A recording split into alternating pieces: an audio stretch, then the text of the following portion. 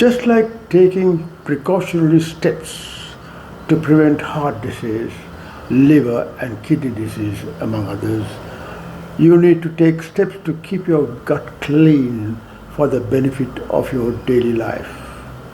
If you have any gut disorder, your brain also will not function normally because of the gut-brain connection. In fact, the gut is also referred to as the second brain. The earliest symptoms of gut disorders are abdominal discomfort, colicky pains, nausea, and vomiting if it involves the upper part of the intestines, or change of bowel habits if the large gut is involved, such as constipation or loose motions. The intestine is essential for life, and it is continuously exposed to foreign antigens, food poisoning, and other environmental agents. Therefore, it comprises the largest compartment of the immune system with substantial amounts of organized lymphoid tissue and large populations of scattered innate and adaptive effector cells. The intestines have built up their own immune system to protect them from outside influences. 70% of the immune system is located in the gut, says David Haber, MD, PhD, Professor Emeritus of Medicine at UCLA Health. Nutrition is a key modulator of immune function. This means that more than 2/3 of your body's immune cells reside in your gut. The tissues where the immune cells live is called the gut-associated lymphoid tissue, or GALT for short. The central part of the villus comprises the lamina propria, where most intestinal immune cells are found, whereas intraepithelial lymphocytes are found lying between epithelial cells. The beneficial microbes in your large gut control this immune system. The beneficial gut microbes do this by ordering specialized immune cells to produce potent antiviral proteins that ultimately eliminate viral infections, and the body of a person lacking these beneficial gut bacteria won't have as strong an immune response to invading viruses. Though not all disease begins in the gut, but many chronic metabolic conditions are hypothesized to be caused or influenced by chronic gut inflammation. By improving the gut microbes, you could enhance overall health. Such support comprises taking probiotics and eating fermented foods, eat prebiotic fiber, eat less sugar and sweeteners, reduce stress, avoid taking antibiotics unnecessarily, exercise regularly, get enough sleep. Many parts of modern life can affect your gut microbiome, including high stress levels, too little sleeps, eating a Western diet in high processed and high sugar foods. Signs of an unhealthy gut are gas, bloating, and other stomach issues, unintentional weight fluctuations, skin issues, moodiness, irritability, and trouble with concentration, fatigue or insomnia, and sugar cravings. Let's now talk about the inflammatory bowel diseases caused by the weakening of your gut immune system. Inflammatory bowel disease, or IBD, refers to two different chronic conditions or diseases that may be related: Crohn's disease and ulcerative colitis. Both diseases consist of inflammation of the wall of the bowel or intestines, hence the name, leading to a bowel that is inflamed, swollen, and develops ulcers. The inflammation and its consequences are different in Crohn's disease and ulcerative colitis. The inflammation results in various degrees of abdominal discomfort, diarrhea, and intestinal bleeding, Both diseases can result in serious digestive problems. In Crohn's disease, inflammation involves the entire wall of the bowel, even the deeper portions. It may involve any part of the digestive tract from the mouth to the colon, rectum, and anus. Although the small intestines, particularly the ileum, is the most commonly involved organ, with the colon next most commonly involved organ.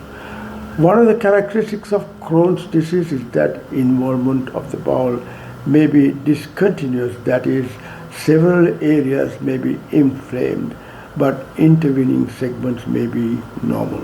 What is the difference between Crohn's and ulcerative colitis? Unlike Crohn's disease, in ulcerative colitis, the inflammation involves only the superficial layers of the wall of the bowel. The innermost lining, that is the innermost lining, involvement is limited to the colon and rectum without skipped areas. Inflammation may be limited to the rectum, referred to as ulcerative proctitis, but usually is more extensive, extending variable distances to involve the sigmoid, descending transverse, and ascending colon. Although the symptoms of Crohn's disease and ulcerative colitis are similar, they are not identical. Abdominal pain and diarrhea are common to both diseases, as is loss of weight and fever. Ulcerative colitis tends to be associated with more bleeding due to the extensive erosions by inflammation of the blood vessels supplying the lining of the colon. On the other hand, symptoms of obstruction of the bowel, pain, nausea, vomiting, and abdominal distension are more common in Crohn's disease because the entire wall of the bowel is inflamed. The cause of IBD is unknown. What is known is that a combination of genetic and environmental factors results in ongoing inflammation localized mostly to the bowel that for some reason is not controlled. The continuing inflammation results in local destruction of the bowel as well as manifestations outside of the bowel. Therefore, treatments directed towards controlling the inflammation. IBD is sometimes confused with irritable bowel syndrome, that's IBS. The cause of IBS, as for IBD, is not known. The striking difference between the two diseases is that there is no identifiable inflammation in IBS. Some symptoms may be similar, abdominal pain, diarrhea, but the other symptoms and signs of IBD are not seen: bloody stools, fever, and weight loss. The cause of IBS is believed to be a dysfunction of the intestinal muscles, nerves, and secretions, and not inflammation.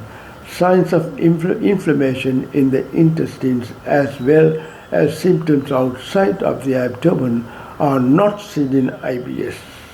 Most of this information is obtained from MedicineNet. Inflammatory bowel disease, or IBD, is a chronic immune-mediated disease that affects the gastrointestinal tract.